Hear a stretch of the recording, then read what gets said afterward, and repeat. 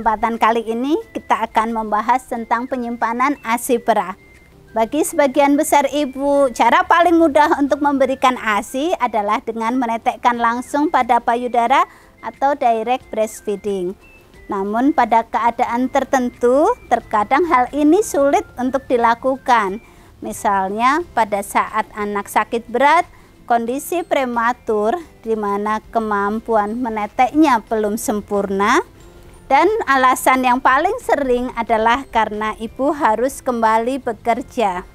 Pada keadaan tersebut, ASI diberikan dalam bentuk perahan.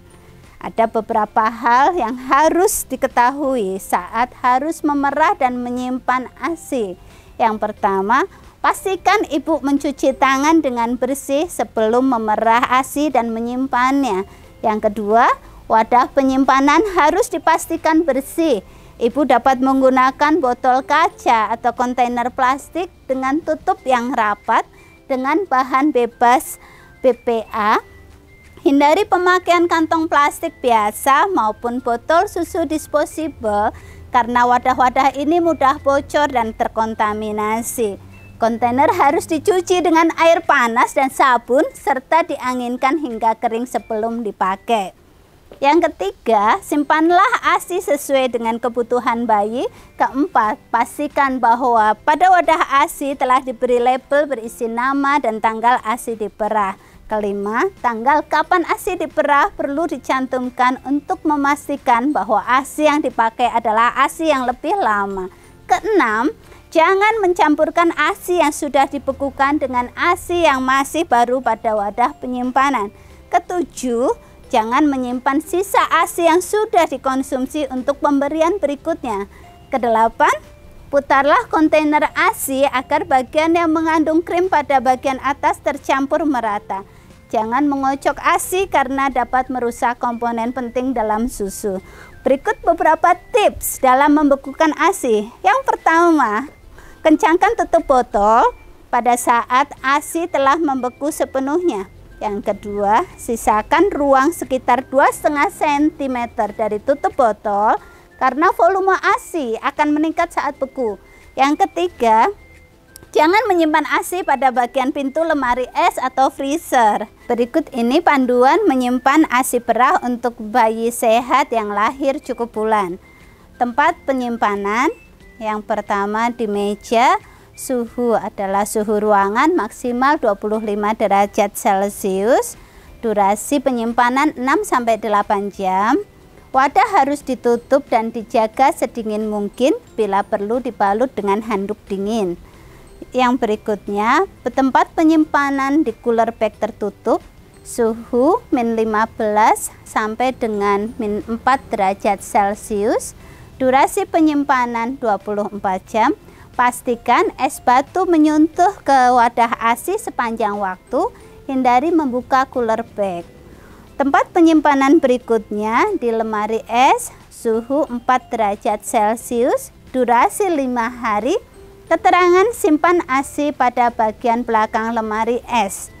Freezer dengan lemari es 1 pintu, suhu min 15 derajat Celcius, durasi penyimpanan 2 minggu. Simpan ASI pada bagian belakang freezer di mana suhu berada dalam kondisi paling stabil. ASI yang disimpan lebih lama dari waktu yang dianjurkan tetap aman, tetapi kandungan lemak mulai terdegradasi sehingga kualitasnya menurun. Apabila freezer dengan lemari es 2 pintu, suhu mencapai min 18 derajat Celcius, durasi penyimpanan bisa 3-6 bulan, dan freezer dengan pintu di atas, suhu mencapai min 20 derajat Celcius, durasi penyimpanan bisa sampai 6-12 bulan. Beberapa tips dalam menghangatkan ASI perah yang telah dibekukan. Yang pertama, cek tanggal pada label wadah ASI. Gunakan ASI yang paling dulu disimpan. Kedua, ASI tidak harus dihangatkan. Beberapa ibu memberikannya dalam keadaan dingin. Yang ketiga, untuk ASI beku, pindahkan wadah ke lemari es selama 1 malam atau ke dalam bak berisi air dingin. Naikkan suhu air perlahan-lahan hingga mencapai suhu pemberian ASI. keempat, untuk ASI dalam lemari es, hangatkan wadah ASI dalam bak berisi air hangat atau air dalam panci yang telah dipanaskan selama beberapa menit. Jangan menghangatkan ASI dengan api kompor secara langsung. Kelima, jangan menaruh wadah dalam microwave.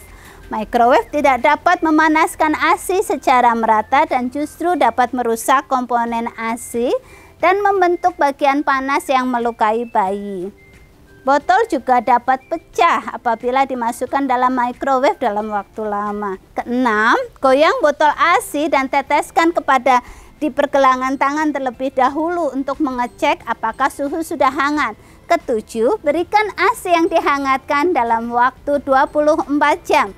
Jangan membekukan ulang ASI yang sudah dihangatkan. Perlu diketahui bahwa ASI yang telah dihangatkan kadang terasa seperti sabun karena hancurnya komponen lemak. ASI dalam kondisi ini masih aman untuk dikonsumsi.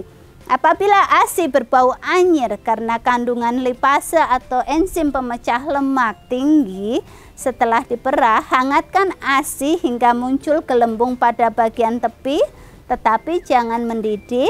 Lalu segera didinginkan dan dibekukan. Hal ini menghentikan aktivitas lipase ASI. Dalam kondisi ini pun kualitas ASI masih lebih baik dibandingkan susu formula. Demikian Bunda tips kali ini, semoga bermanfaat. Terima kasih.